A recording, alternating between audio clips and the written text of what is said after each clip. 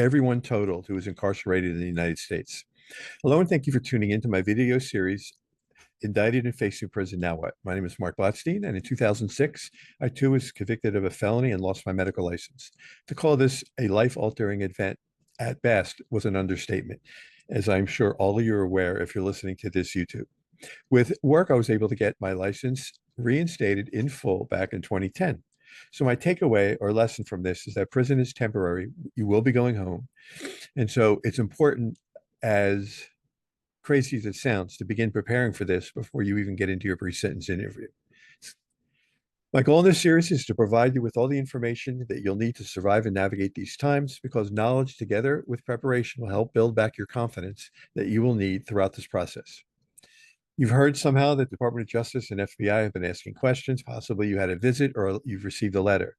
At this point, their case against you is mostly complete and finished, and they have upwards towards a 98% conviction rate. So delaying to take this next step really is at your peril. So what is that? You need to find a legal defense attorney, the attorney who practices federal criminal defense in federal court. That's because federal courts and state courts are much different.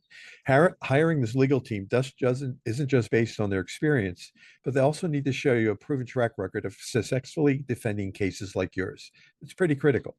And it's also important for you to have a good feel or a good fit or be comfortable with the lawyers that you're going to be working with, because the choices you make today are going to influence your tomorrow.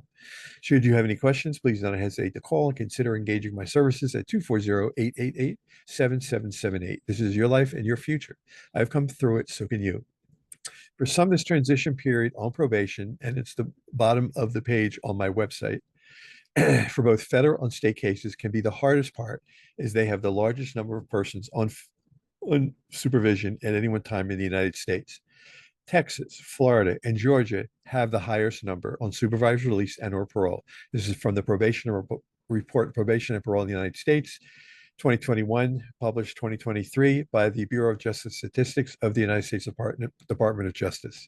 As a result, the recidivism rate can be disproportionately high, as that it's easy to get in trouble for the slightest missed event, missed meeting, or failure to pay a fine when you're not bringing in any income.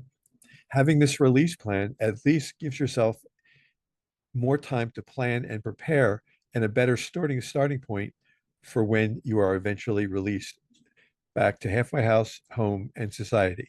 Just another reason for developing the release plan.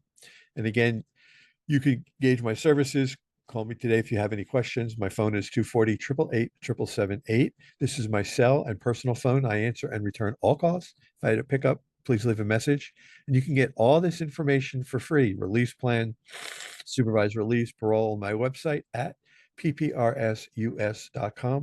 P as in Paul, P as in Paul, R as in Robert, S as in Sam, US.com, otherwise known as Physician Pre-Sentence Report Service.